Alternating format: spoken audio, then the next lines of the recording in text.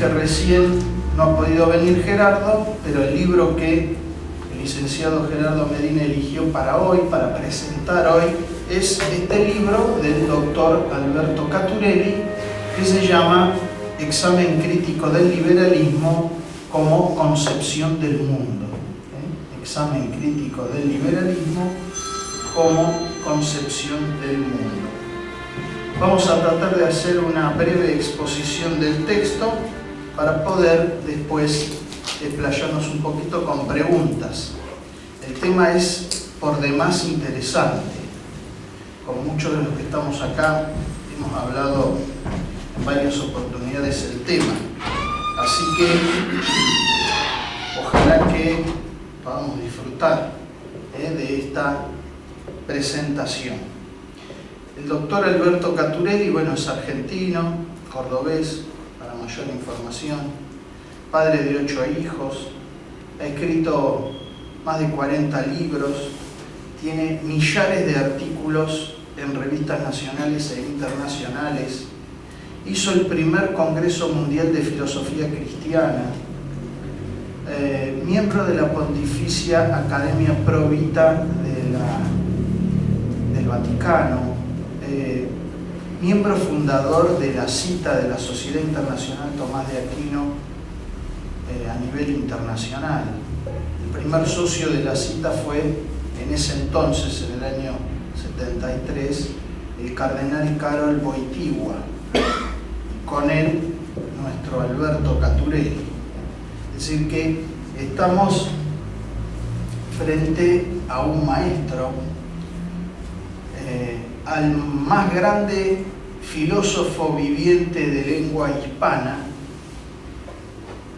y de su mano vamos a tratar de entonces entrar en este tema del liberalismo, un tema arduo que ha querido exponer en este pequeño libro, que además lo ha hecho de un modo sencillo y brillante.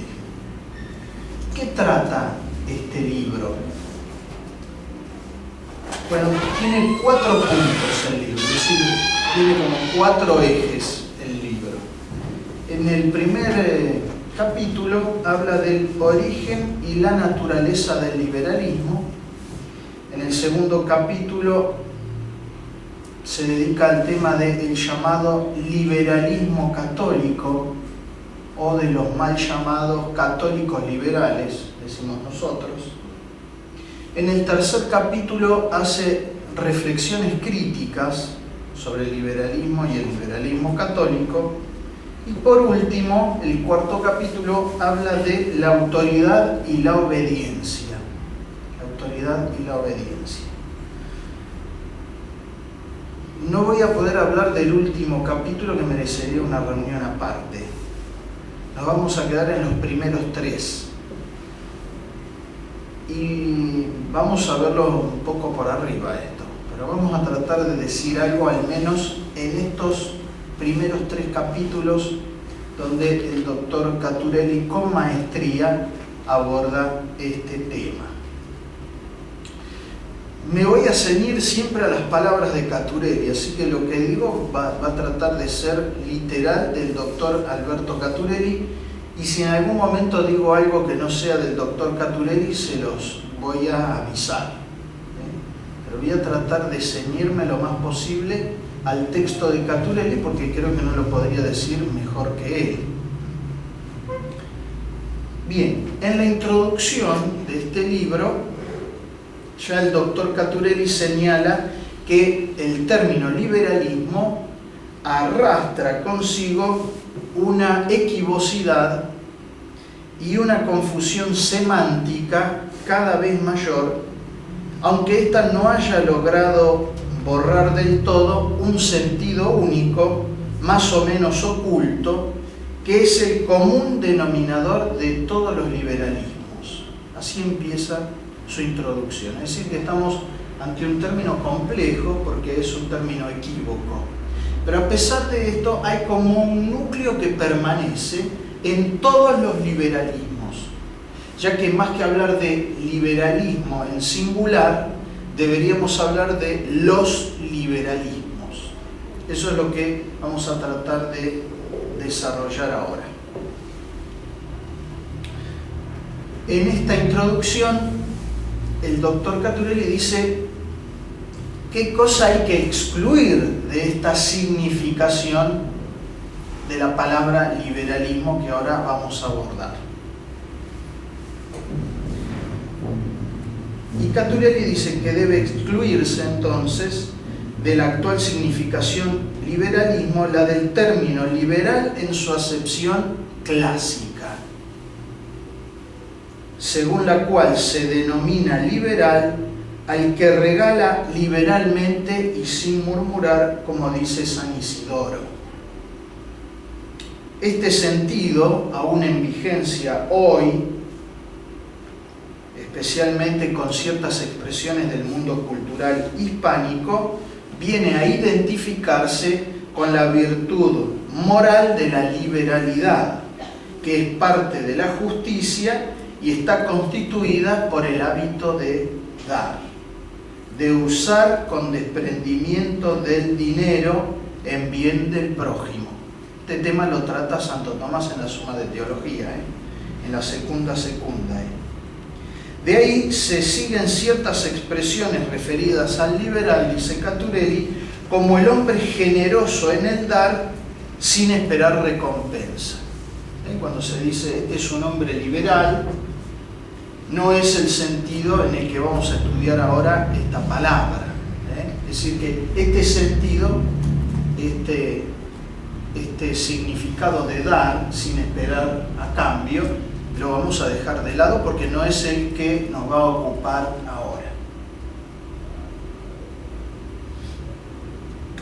El término liberalismo supone un determinado contexto histórico-doctrinal del que no puede ni debe ser aislado sin ensanchar cada vez más la equivocidad que suele acompañarlo. En esta perspectiva, sea de donde sea que provenga el término liberal, algunos dicen de las jornadas del 18 y 19 del Brumario, cuando Napoleón disolvió la Asamblea de los 500, poniendo las bases del consulado en 1799, sea que su verdadero origen haya que buscarlo en el empirismo contractualista inglés, lo cierto es que su significado moderno expresa mucho más que un régimen político. Expresa una verdadera concepción general del mundo. Y ese es el tema del libro, examen crítico del liberalismo como concepción del mundo. En tal caso, dice Caturelli, es posible hablar de un liberalismo teológico, de un liberalismo filosófico, político y económico. Y aunque se encontrarán diferencias internas muy evidentes, siempre será sencillo mostrar el común denominador esencial que a todos los une. En consecuencia, el término liberalismo designará un orden de ideas, una visión de la realidad humana y social, de donde se siguen dos consecuencias inmediatas. El intento actual de designar con el término liberalismo una realidad distinta a la que el término expresa en su contexto histórico-doctrinal aumentará la confusión.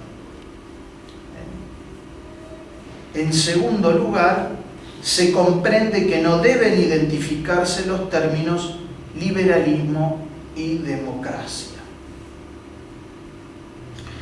Del hecho de que el liberalismo en la actualidad propugne una democracia liberal como expresión política genuina de su visión del mundo, no se sigue que el régimen democrático se identifique con la democracia liberal. Por el contrario, en este libro, el doctor Alberto Caturelli sostiene que la verdadera democracia es antiliberal y orgánica y que el régimen régimen liberal es antidemocrático. No sé si vamos a llegar a desarrollar este tema, pero sí queremos decirlo ya, porque además el doctor Caturelli lo toca en la introducción. Bien, hecha esta introducción, dejando de lado aquello a lo que no nos vamos a referir y tratando de darnos cuenta de cuál es el terreno sobre el que vamos a avanzar, en el capítulo 1 el doctor Caturelli habla de el origen y naturaleza del liberalismo.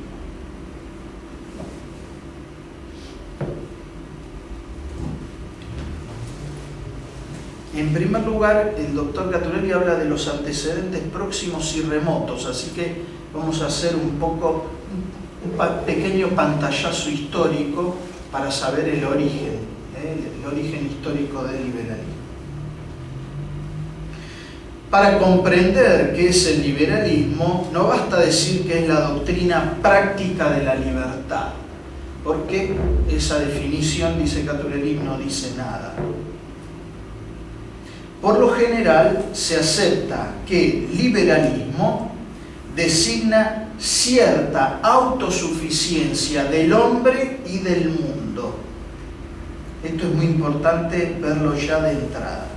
El liberalismo designa cierta autosuficiencia del hombre y de su mundo, cierta independencia de la razón individual respecto de la revelación, y que en el orden político-social se manifiesta en el goce de las libertades individuales, libertades entre comillas, garantizadas en el Estado de Derecho, entre comillas lo pone también Caturelli, él también autosuficiente en su orden. Este sentido general, dice Caturelli, es provisorio.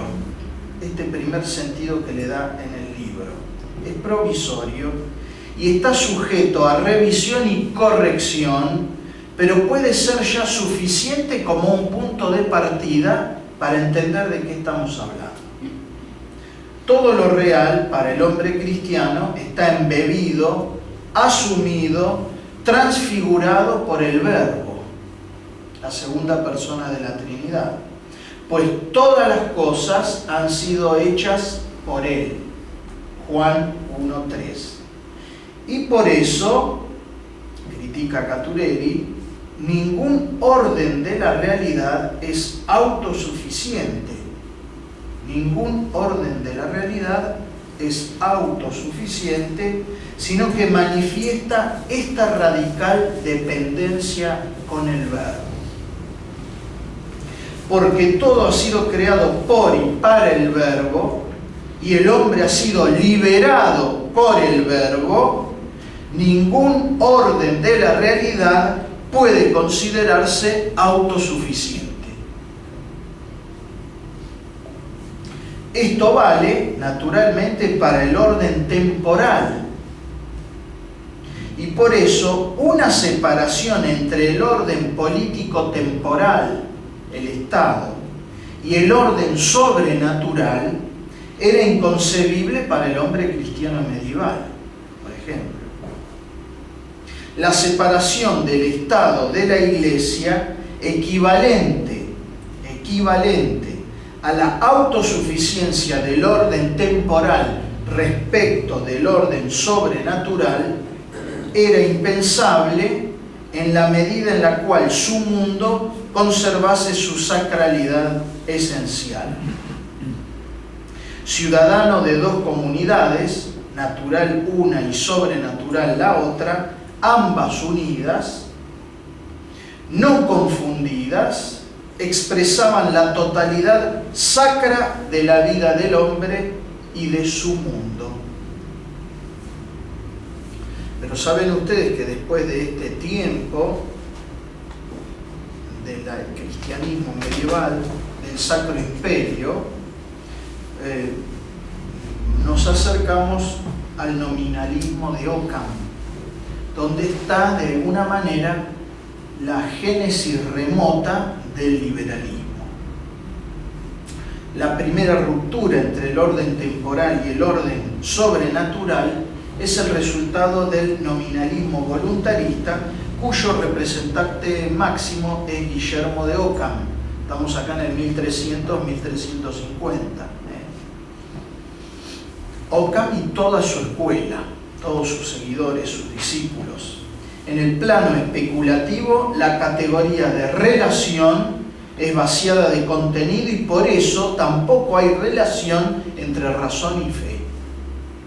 En el orden práctico desaparece la posibilidad de establecer una relación de subordinación del Estado a la Iglesia y, como lo proclama en el diálogo contra el Papa Juan XXII, la independencia del Estado por primera vez en la historia es plena.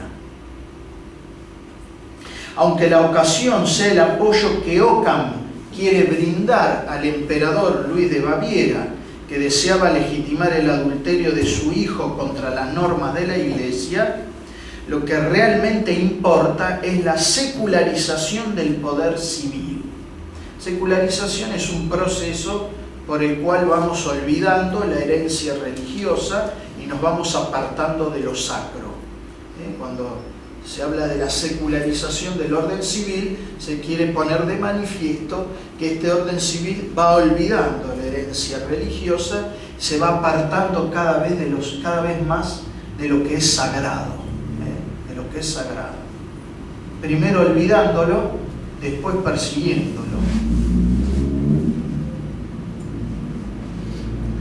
El doctor Rodolfo Mendoza, en un libro, profesor del Centro Piper, el primero que abrió un encuentro del Centro Piper, el primer profesor que tuvimos en este centro, en un libro escrito hace unos años que se llama Nihilismo y Despertar Religioso, señala con mucha potencia la fuerza disolutoria del proceso de secularización, cuya última fase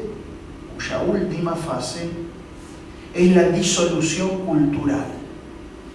La secularización es un proceso que se desencadena al principio casi imperceptiblemente, pero a medida que avanza se radicaliza y cuando llega a su última fase o a su último escalón, lo que produce este proceso es la disolución cultural. Bueno, para más detalles podemos leer ese libro del doctor Mendoza. Naturalmente, dice Caturelli, esta ruptura se funda en un concepto de libertad, el concepto que tiene Ockham de libertad, identificada con la espontaneidad empíricamente mostrada, puesto que carecen de validez los argumentos metafísicos. Ya no hay ninguna relación entre la libertad y la metafísica. Y así, de la síntesis de la libertad de espontaneidad, que es el término que usa Caturelli, y el voluntarismo como resultado del nominalismo de fondo, debe seguirse no solo la no dependencia del poder secular, es decir, el poder secular, el poder civil no depende de nada ni de nadie, sino la primacía del poder civil sobre la Iglesia. Asistimos así con la primera ruptura entre el orden temporal y el sobrenatural a la explícita declaración de la autosuficiencia del mundo del hombre.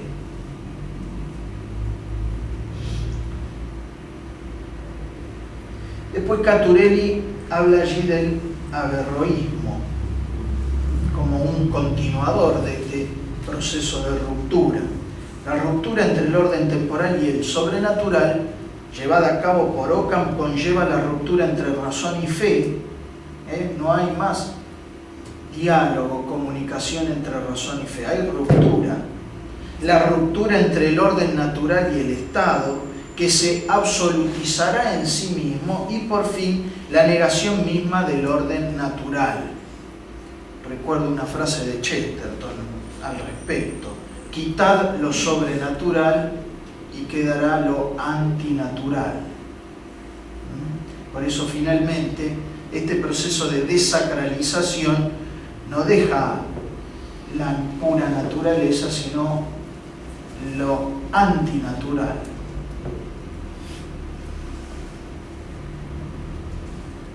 El primer paso está claro en los averroístas, es decir, esta ruptura entre razón y fe. Los averroístas, cuyo representante más prominente ha sido Juan de Jandún, 1328.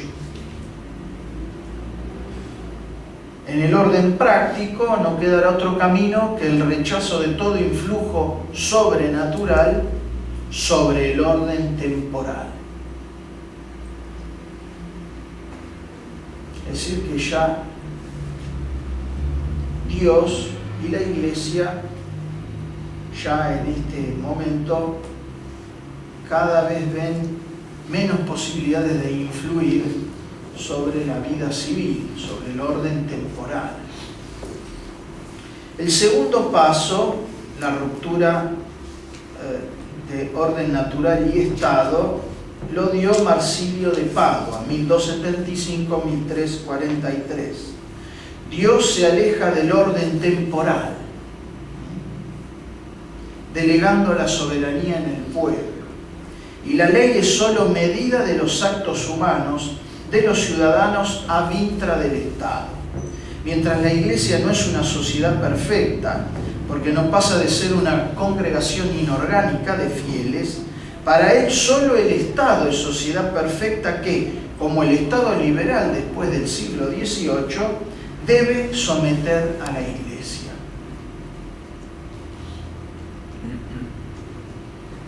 Marsilio, dice Galbao de Sousa, fue quien por primera vez enseñó la plenitud absoluta del poder, sin la cual no existiría el totalitarismo.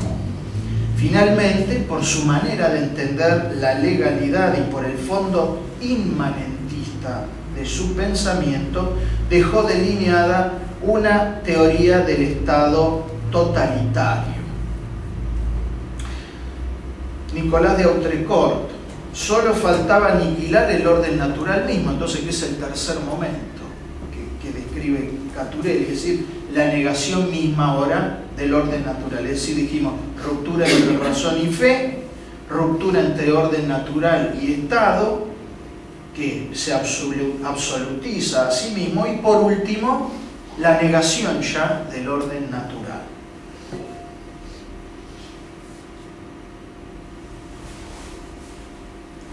Este aniquilamiento del orden natural mismo y con él del orden metafísico,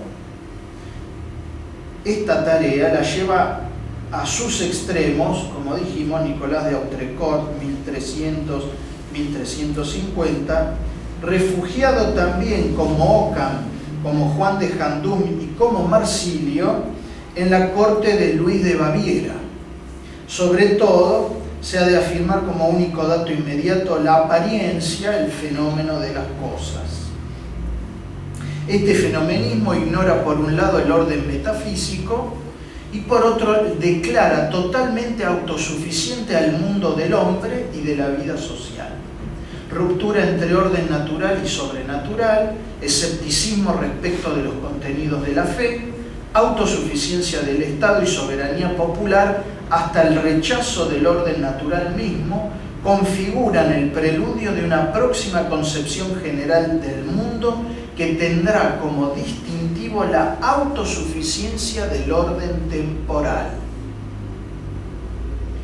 Aunque no se emplee, dice Caturelli lúcidamente, aunque no se emplee todavía el término liberalismo, es evidente que se preludian las afirmaciones fundamentales a él atribuidas, sobre todo después del iluminismo.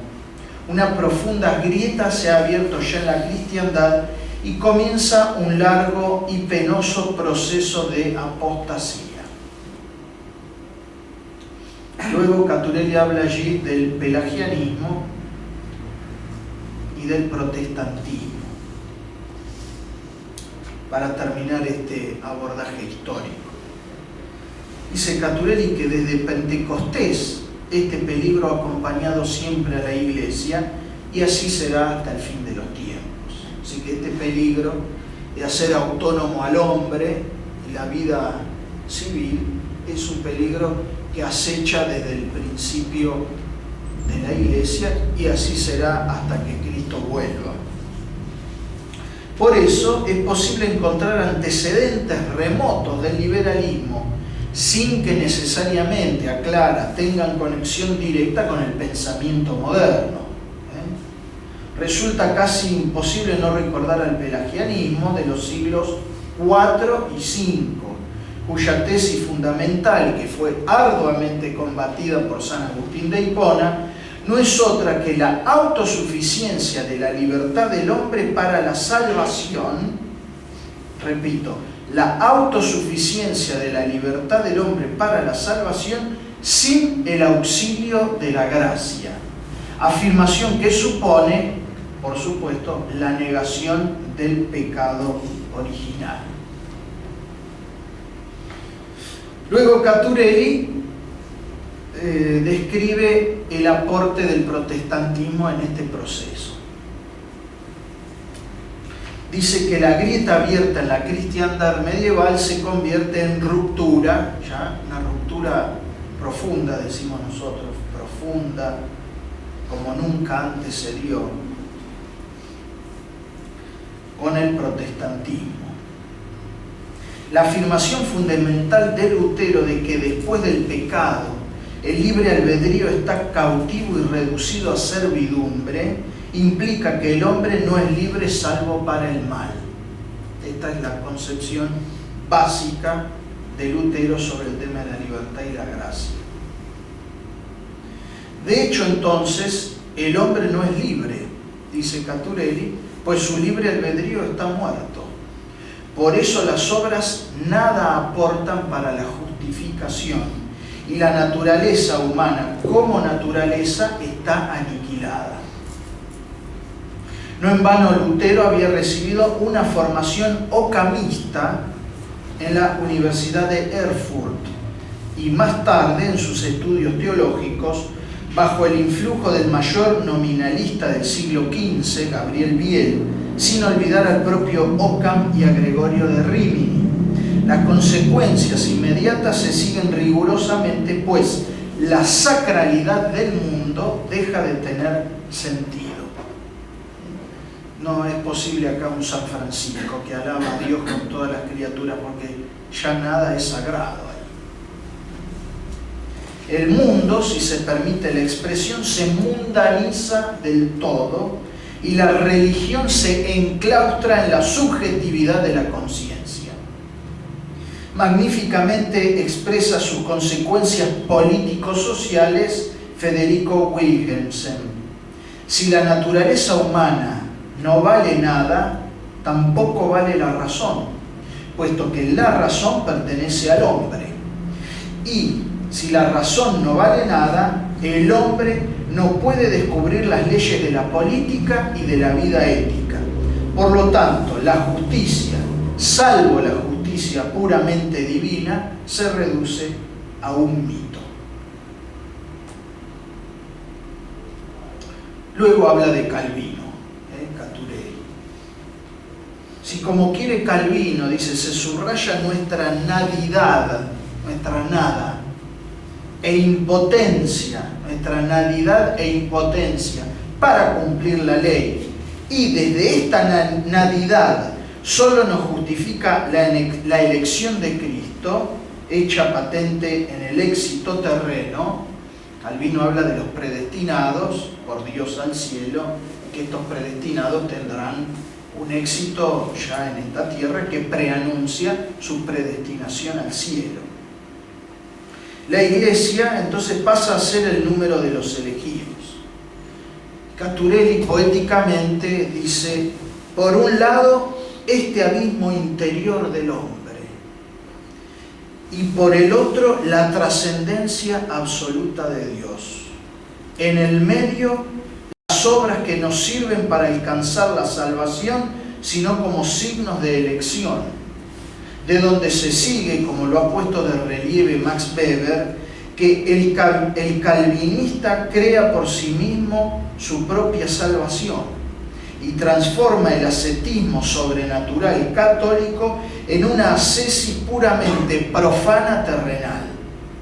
Esto favorece la acumulación de riquezas, el capitalismo, y facilita el nacimiento del hombre económico del liberalismo capitalista y pone el fundamento del self-made man. El trabajo, transformación del mundo, supone al mismo tiempo que la negación de la ley natural, la autonomía del mundo de las obras.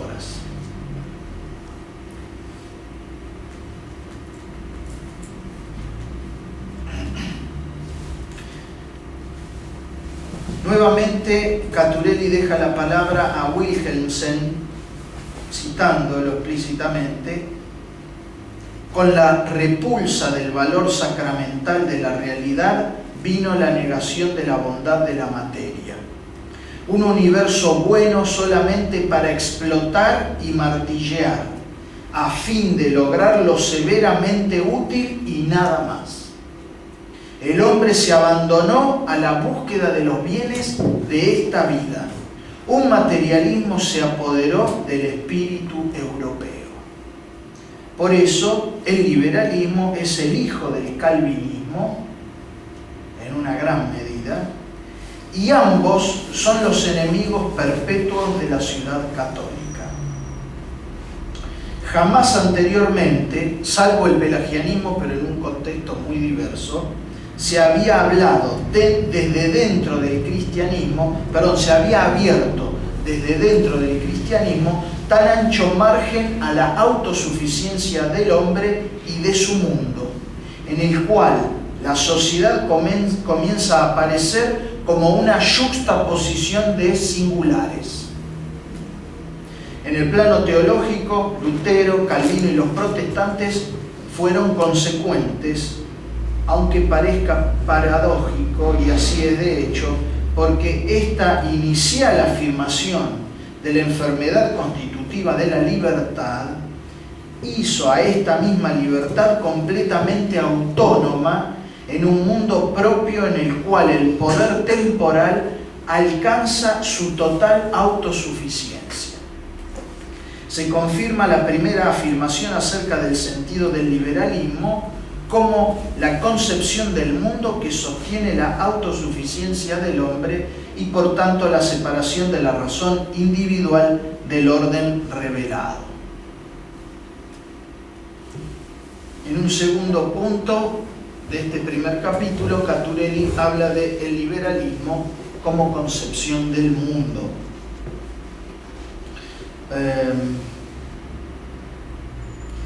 Dice que el liberalismo no es solo un régimen político, no es solo eso, aunque también lo es, ni es solo una economía, aunque también lo es, que son sus efectos lógicos, sino una visión del mundo. El liberalismo, esto es muy importante, esta apreciación del doctor Caturelli, no es simplemente lo económico, lo político, sino una visión de la totalidad del mundo.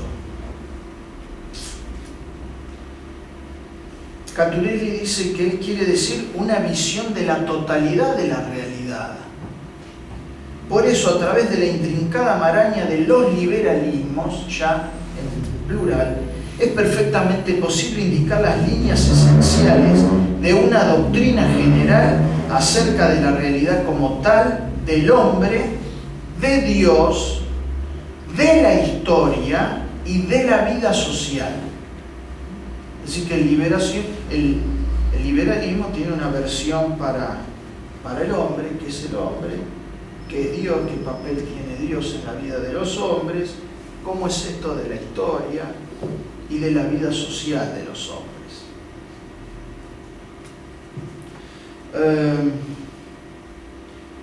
Caturelli menciona a Hobbes, a Locke y deísmos varios en un primer momento. Dice: las diferencias que separan a Hobbes de Locke no suprimen los acuerdos profundos, puesto que el conocimiento debe clausurarse en los límites del análisis psicológico y no debe trascender la experiencia sensible.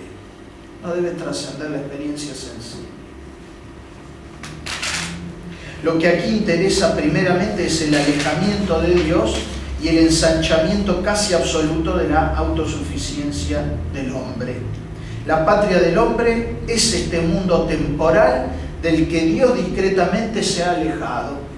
La relación del hombre con Dios, como ya se vio en el caso de la Reforma Protestante, se recluye en la conciencia subjetiva y abre el camino ya al racionalismo sin misterios, ya al irracionalismo voluntarista que reaparecerá fuertemente en el siglo XIX.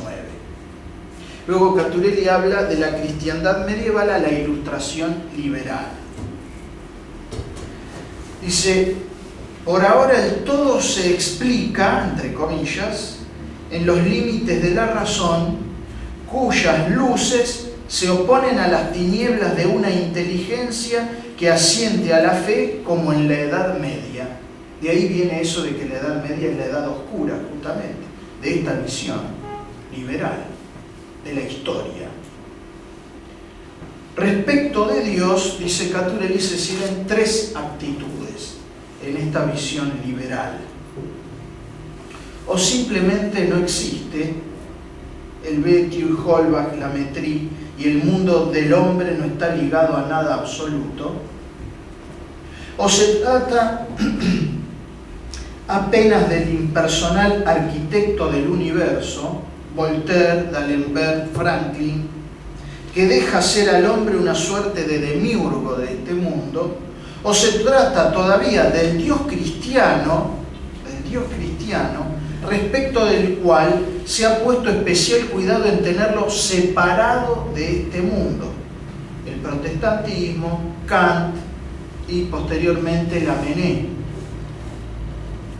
Los tres grados posibles vienen a coincidir con el autonomismo del mundo temporal.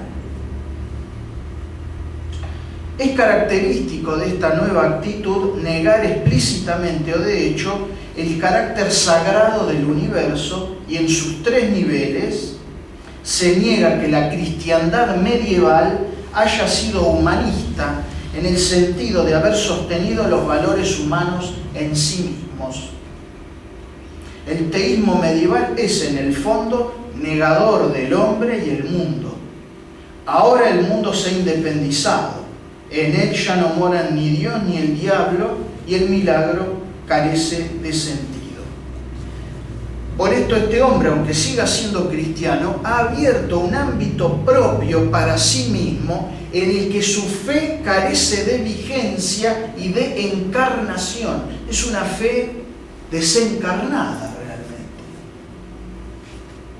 En el mejor de los casos, su fe ya no es más nuestra fe, como decimos en el Padre Nuestro, sino mi fe, subjetiva, individualista.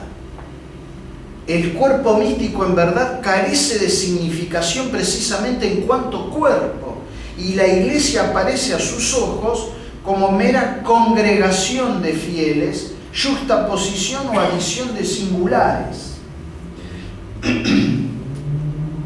En estas condiciones es lógico que pase a primer plano lo que el hombre ilustrado denomina naturaleza, sobre todo desde el momento en que el hombre se debe a sí mismo y solo se ordena a sí mismo todo cuanto haga en este mundo.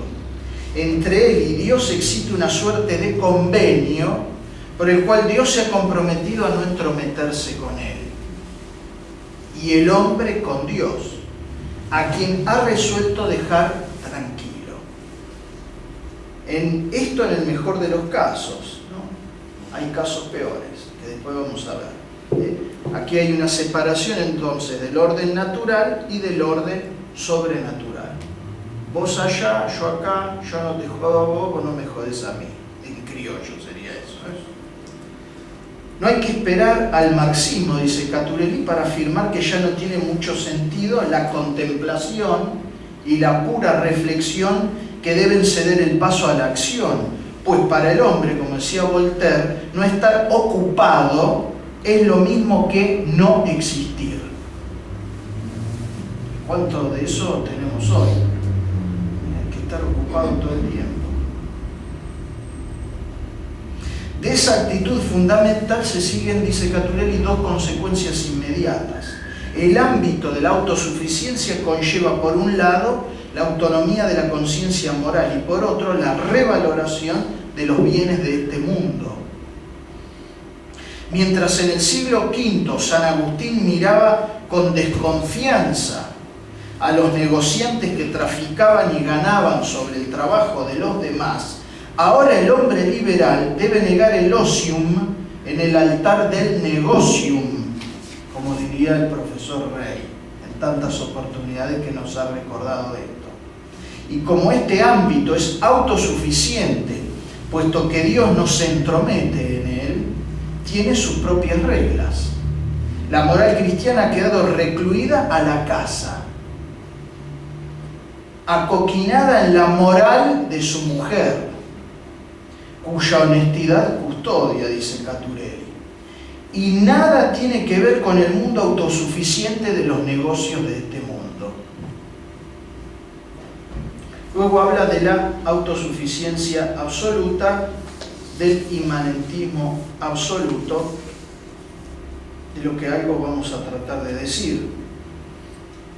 La autosuficiencia conlleva, dice Caturelli, un nuevo concepto de virtud y un redescubrimiento muy significativo de la libertad, de la igualdad entre los hombres y de la fraternidad humana, el famoso grito masónico, que nada, adelantamos, tiene de cristiano, aunque las palabras son palabras cristianas. Pero el sentido que se le ha dado, porque no son solo las palabras, sino en qué contexto nacen esas palabras o esa frase, en realidad. Ese contexto que propone este grito no tiene nada de cristiano, como vamos a ver. La moral se ha vuelto naturalista debido a la autosuficiencia del mundo del hombre, ya sea ateo, deísta o, entre comillas, cristiano. Y la norma moral se identifica ya con la utilidad, ya con el sentimiento. La norma moral y la misma religión se reducen a un abstracto amor a la humanidad. La religión y la moral es una cosa, un amor a la humanidad y nada más. El primer mandamiento de amar a Dios sobre todas las cosas no aparece jamás. Porque el primero es amar a Dios sobre todas las cosas y al prójimo como Cristo nos ha amado, que es el nuevo mandamiento.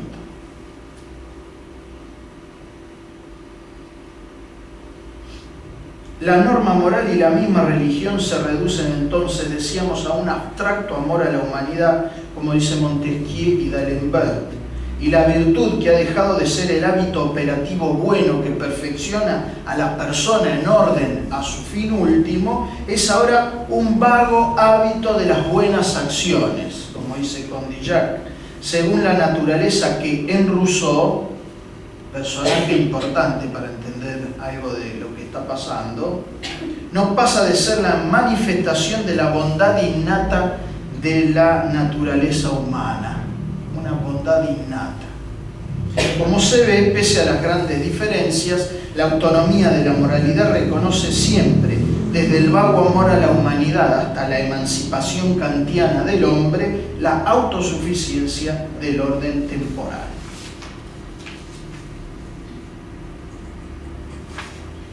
El fin de la virtud moral no es, pues, ya la perfección de la persona, sino el bienestar del individuo.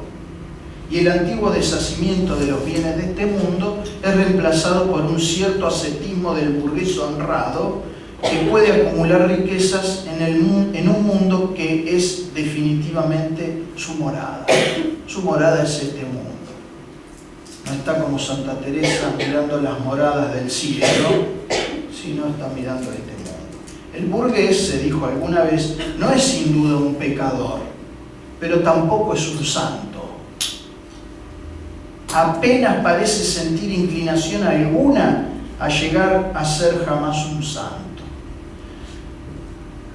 Dios no se entromete de todos modos ya en la vida cotidiana, le basta con ser el creador del mundo, entre el orden sobrenatural, la religión de mi mujer, diría Sarmiento, y su mundo, sobre todo el de los negocios y el de la política, entre estos no existe ningún tipo de relación.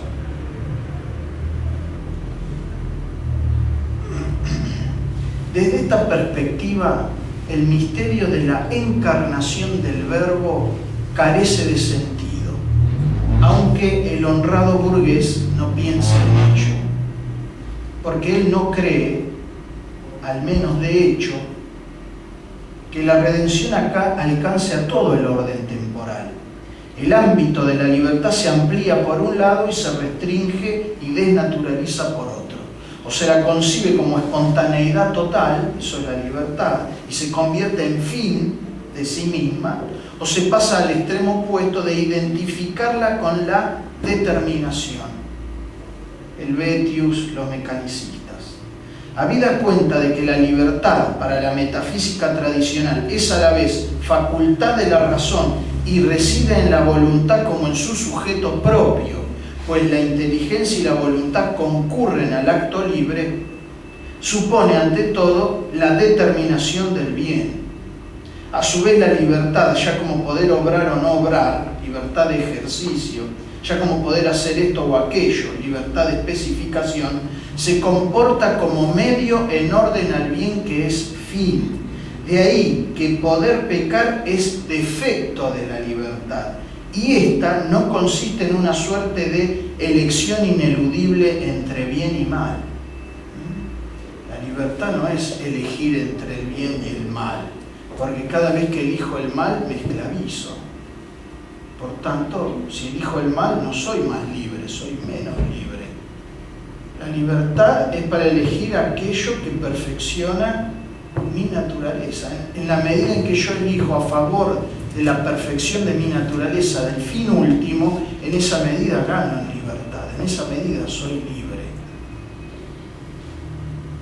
En cambio, en la autosuficiencia del orden temporal inaugurada por el iluminismo y el espíritu burgués, y habida cuenta del alejamiento del Dios cristiano sustituido por el anónimo arquitecto, la libertad o se convierte con la necesidad cósmica y se niega a sí misma, o se hace absoluta convirtiéndose de medio en fin. Todo es para que seamos libres. Esta libertad no ligada a nada, absoluta, expresa la plena autosuficiencia del mundo en el cual el hombre se convierte en su demiurgo. No es necesario esperar a Feuerbach, basta con los enciclopedistas, para comprobar que no es ya Dios como último bien la regla suprema de la libertad, sino que es el hombre el Dios del hombre, y ante quien cae la autoridad en sus diversos grados. Sin embargo, para muchos no era menester llegar a estos extremos, pues la libertad, sin ser absolutamente absoluta, pues este cristiano no quiere negar a Dios, es una suerte de medio, de obrar o no obrar, de querer o no querer esto, pero solamente referido a la inmanencia del mundo, porque el hombre es ciudadano de este mundo.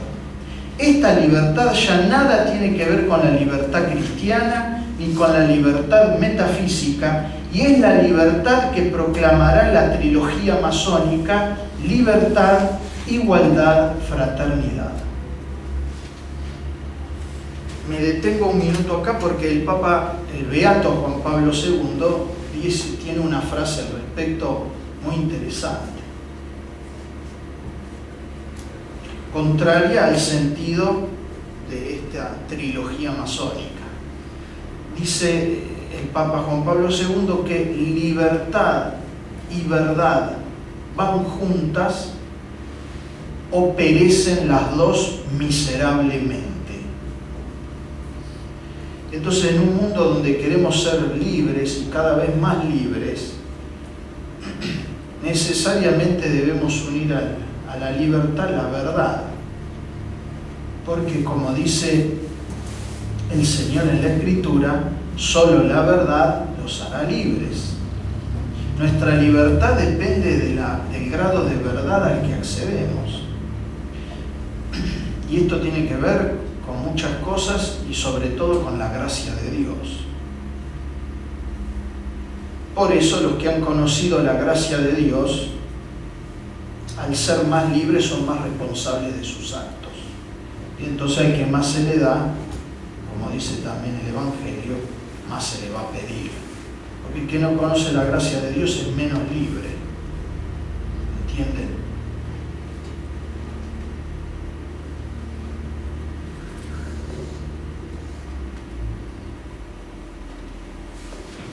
Caturelli habla del inmanentismo, ya hemos dicho bastante sobre el tema, pero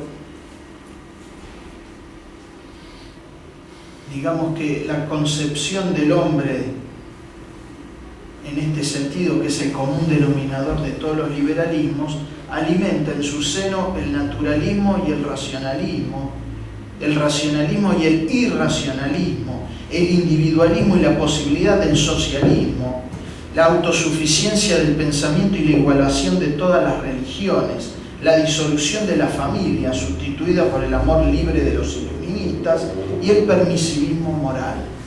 Es decir que en una gran medida los males que diariamente encontramos en las páginas de los periódicos y que observamos en los noticieros televisivos ya están preanunciados germinalmente en esta concepción del mundo que no hace más que ser coherente con sus principios y, como decíamos al inicio, este proceso de secularización llevará ineludiblemente a la disolución cultural, como ya lo han señalado numerosos estudiosos.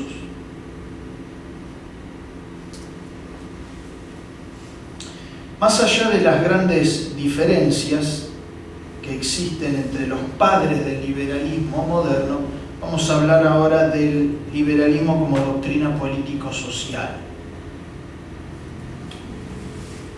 Puede sostenerse al menos que la no dependencia del hombre y de la sociedad respecto de Dios es su nota esencial.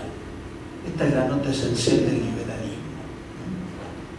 Esta no dependencia puede ser absoluta, ateísmo, menos absoluta, deísmo, y aún sumamente moderada, como la de los cristianos que sostienen la separación del orden público temporal respecto de Dios trascendente. Pero en todos los casos, cualquiera de estos tres casos, esta no dependencia significa autosuficiencia del orden político-social. El Papa León XIII dijo en 1888: es imprescindible que el hombre todo se mantenga verdadera y perfectamente bajo el dominio de Dios. Por tanto, no puede concebirse la libertad del hombre si no está sumisa y sujeta a Dios y a su voluntad. Repito esta frase. Por tanto, no puede concebirse la libertad del hombre si no está sumisa y sujeta a Dios y a su voluntad. Negar a Dios este dominio o no querer sufrirlo, este dominio de Dios, no es propio del hombre libre, sino del que abusa de la libertad para rebelarse. En esta disposición del ánimo es donde propiamente se fragua y completa el viejo capital del liberalismo, el cual tiene múltiples formas. Eso está en Libertas, en la encíclica Libertas, número 22. Caturelli después hablará de una concepción de la sociedad y de la política, la plenitud de la autosuficiencia hasta la gnosis hegeliana, el antiguo régimen, premisa de la revolución. Es interesante porque acá dice que el antiguo régimen ya no tenía nada de antiguo régimen, porque el nominalismo de Ockham había destruido todo. Si los revolucionarios que van contra el antiguo régimen creyendo que van contra la concepción católica del Estado y de la sociedad, en realidad no van contra eso. No van contra eso. ¿Contra qué van? Contra lo que había dejado el nominalismo y sus sucedáneos, tal como vimos en la introducción histórica que hace Caturelli. En este sentido,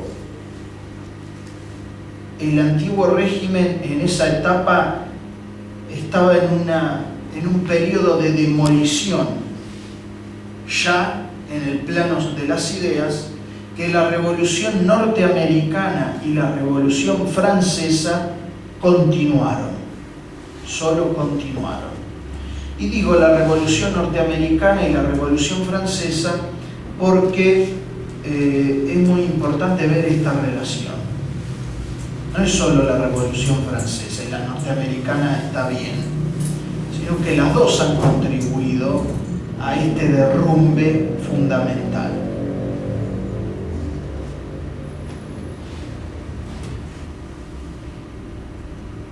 Tengo la tentación de hablar de esto, pero estamos avanzados con el tiempo, así que pueden leer el libro. El libro fue subido al blog, el texto completo del libro. O sea que en el blog lo tienen en PDF, lo pueden leer en la compu, bajarlo a su compu o imprimirlo. Yo les recomiendo que lo lean porque es apasionante.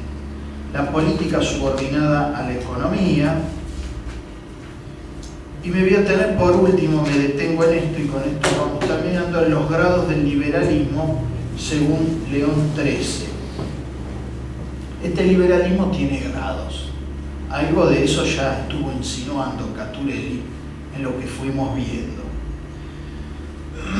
Así que llegados a este punto quizás sea el momento conveniente de examinar rápidamente estos grados que tiene el liberalismo y que el Papa León XIII distinguió claramente. En el esfuerzo de León XIII para ver la intrincada malla de los liberalismos,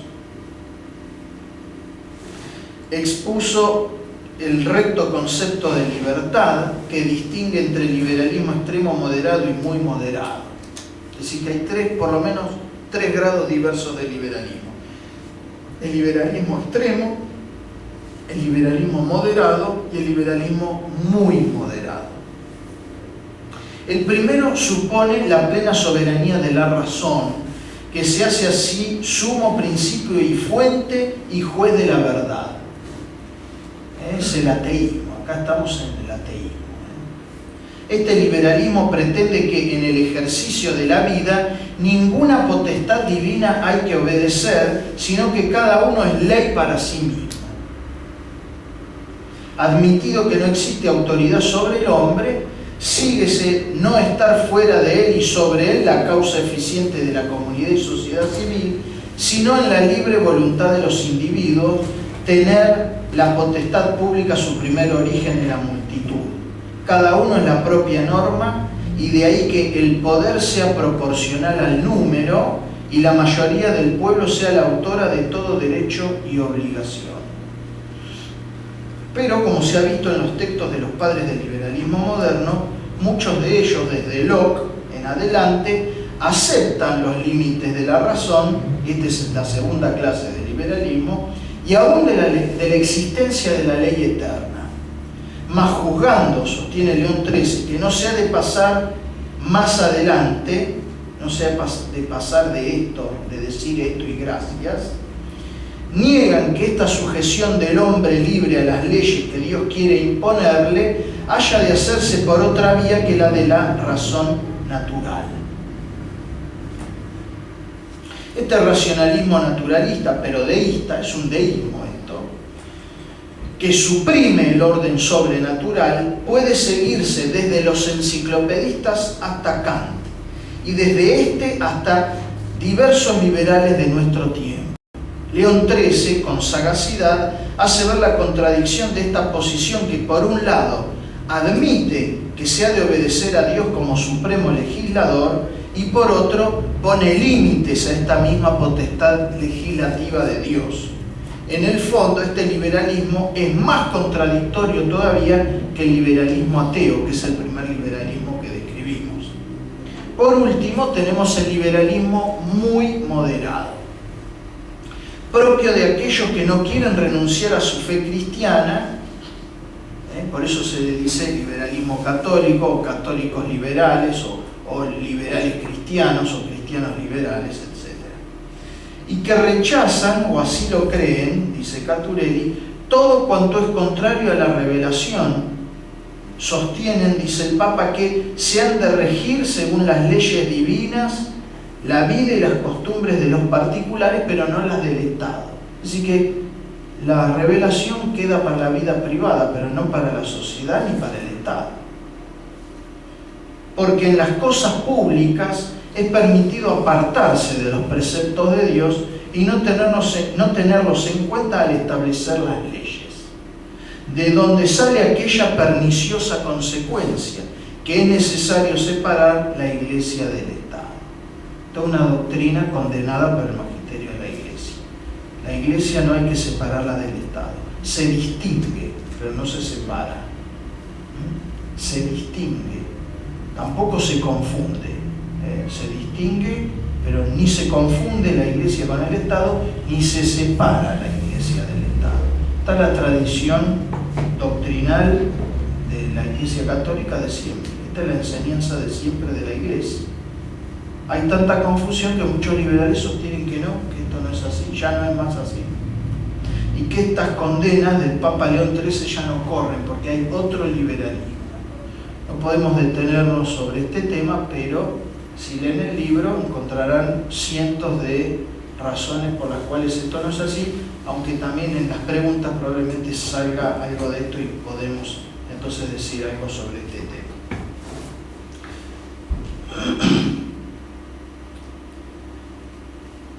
Esta verdadera componenda, ya termino, a la que León XIII señala también como contradictoria, implica la tesis de un Estado laico al que, cuanto más, lo cristiano podría serle adscrito como denominación extrínseca. En cierto sentido, este tipo de liberalismo, dice Caturelli, es el más pernicioso de todos. Este tipo de liberalismo, el liberalismo llamado católico o cristiano, es más pernicioso que el liberalismo ateo y que el liberalismo deísta. ¿Por qué es el más pernicioso de todos?, dice Caturelli. Porque conlleva una carga de enorme confusión y hace sentirse cómodos a aquellos cristianos que, en lugar de enfrentarse con el liberalismo, prefieren no perder la ola de la historia, según dicen algunos, y adaptarse a todo el sistema, especialmente en política. Tanto el liberalismo extremo o ateo, como el liberalismo moderado o deísta, como el liberalismo muy moderado o cristiano, entre comillas, admiten una zona,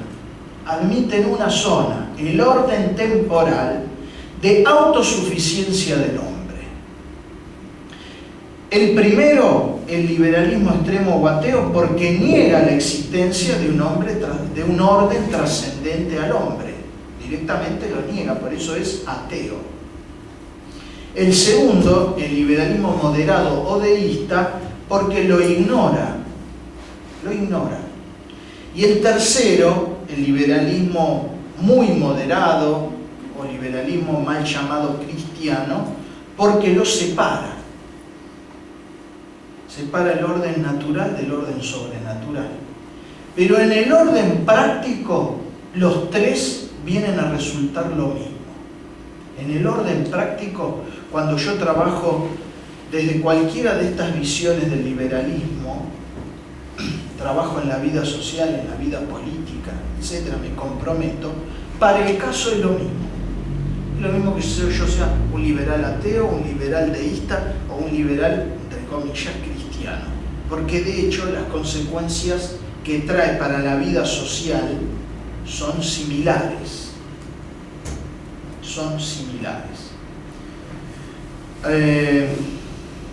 Bueno, no podemos hablar más de esto. El doctor Caturelli en el segundo capítulo habla del llamado liberalismo católico, ahí habla del proceso histórico doctrinal del liberalismo católico, es decir, esto mismo que hicimos nosotros al principio, de hacer un proceso histórico doctrinal para enmarcar de dónde viene el liberalismo en general, hace lo mismo pero en relación a este mal llamado liberalismo cristiano. Y después, en un segundo momento, habla de la posibilidad de un Estado laico cristiano y las nuevas formas de liberalismo, porque algunos más cercanos a nosotros hablan de un Estado laico profano cristiano. Un famoso autor que estuvo en Argentina fue el principal promotor de estas ideas, un autor extranjero. En el punto 3 hace reflexiones críticas. Voy a leer simplemente los titulitos del capítulo ya para terminar. Se pregunta, ¿un buen cristiano es un liberal que se ignora? Se pregunta Caturelli, porque es lo que dicen muchos. El liberalismo ha venido a plasmar en la política el cristianismo, y si no fuera por el liberalismo, el cristianismo no tendría ningún tipo de incidencia, bla, bla, bla, bla. Bueno, Caturelli dice que no, todo lo contrario. Un buen cristiano no es un liberal que se ignora. Un liberal es un hombre que ha renegado de su cristianismo en cualquiera de sus 3 grados. De más está recordar aquí la doctrina católica del reinado social de Cristo, de la cual muchos de estos liberales se burlan.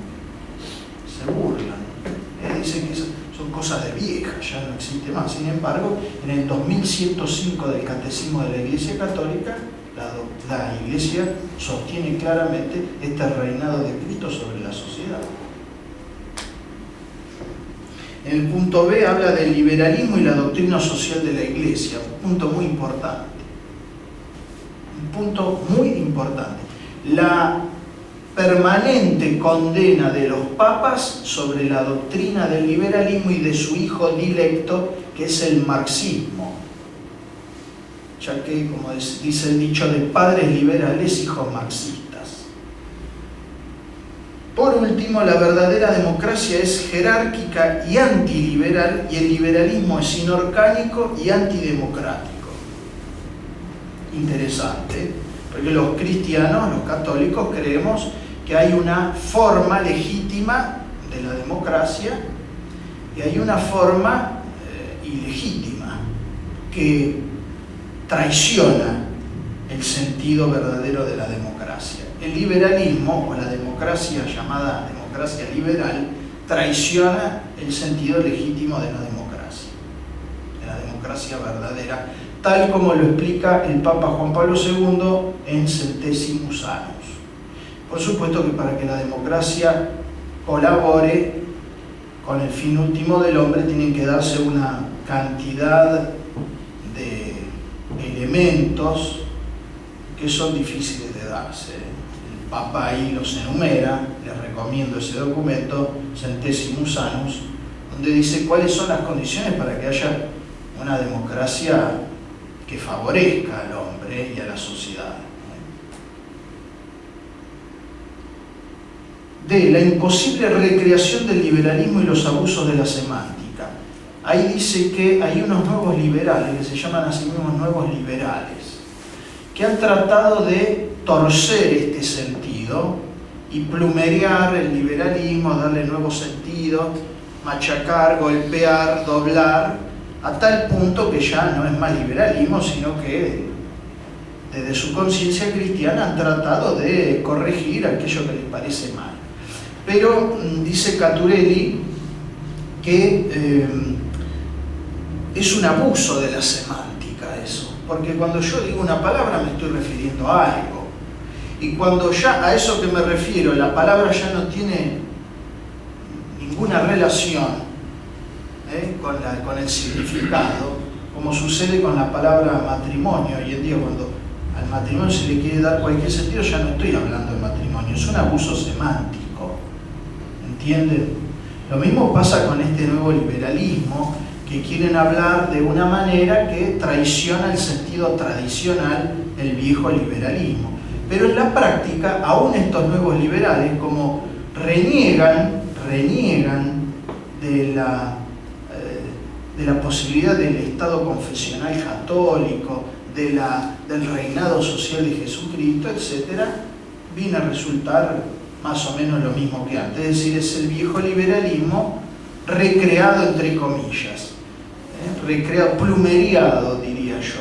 Porque si hay una recreación, tal vez estamos hablando de otra cosa que ya no es liberalismo, porque si no, se abusa de la semántica, encima que el concepto ya es equívoco, que significa muchas cosas, hay que entenderlo bien. Por eso el Papa León XIII en eso ha hecho un esfuerzo terrible para tratar de advertir aquello que es medular en el planteo liberal, y contrariamente a lo que leí por ahí, eso todavía permanece, porque si leen el catecismo y ven los documentos a los que refiere el catecismo, cuando habla del reinado social de Cristo, refiere entre ellos a la encíclica Libertas, de León XIII. Y luego las condenas posteriores, el Papa Pablo VI dice explícitamente esta tesis del Caturelli. Lo dice explícitamente. Estamos aquí, cuando habla del tema del liberalismo, dice, estamos ante una visión autosuficiente del hombre y del mundo. Es una visión de la autonomía del hombre y del mundo. Por último, habla de la mentalidad liberal, un neopelagianismo contemporáneo. Bueno, es un neopelagianismo con todo lo que eso significa, porque no se tiene en cuenta la gracia de Dios. Pensar que va a haber un mundo más justo sin que el cetro de Cristo Rey gobierne los países de la tierra es una ilusión óptica. Es un engañapichanga, diría mi abuela. Es imposible eso. Es pensar que el hombre no tiene el pecado original, que no necesita la gracia de Dios para ser bueno, que con el puro voluntarismo se va a arreglar todo y vamos a ser solidarios y vamos a ser bondadosos. Y la realidad, no las ideas que tengo en mi cabeza, que las leí en un libro de un filósofo idealista. La realidad nos dice lo contrario. ¿Qué nos dice? Que el hombre no puede dejar de fornicar, ni puede dejar de cometer adulterio, ni puede dejar de robar si no tiene la gracia. Solo la gracia salva. Por eso Cristo es nuestro Salvador, pues si no sería un engaño. ¿Pero de qué me salva Cristo entonces? ¿Que solo es una promesa del cielo, de no sé qué? No, también en esta vida Cristo me salva. ¿Y de qué me salva? Del pecado y sus consecuencias, porque para eso se encarnó Cristo. Cristo se encarnó para salvarme del pecado y de sus consecuencias. Así que el pelagianismo no tiene en cuenta la gracia, Con lo cual, diría San Agustín, entonces Cristo se subió a la cruz en vano. Porque si el hombre se puede salvar a sí mismo, ¿para qué entonces Cristo se sacrificó en la cruz? No tiene sentido. Con lo cual, y con esto termino, Cristo es Dios, es verdadero Dios, es verdadero hombre, y ha venido a traer un mensaje para todos.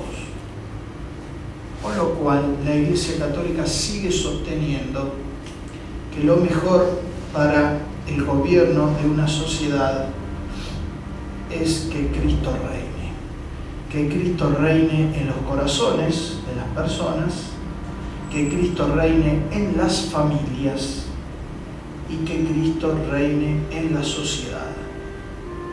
Si pretendemos una sociedad más justa, como dicen por ahí, más fraterna y más solidaria, y pretendemos hacerlo sin la gracia de Dios, sin que Cristo reine, o somos ateos, o somos pelagianos, o somos inocentes. Muchas gracias.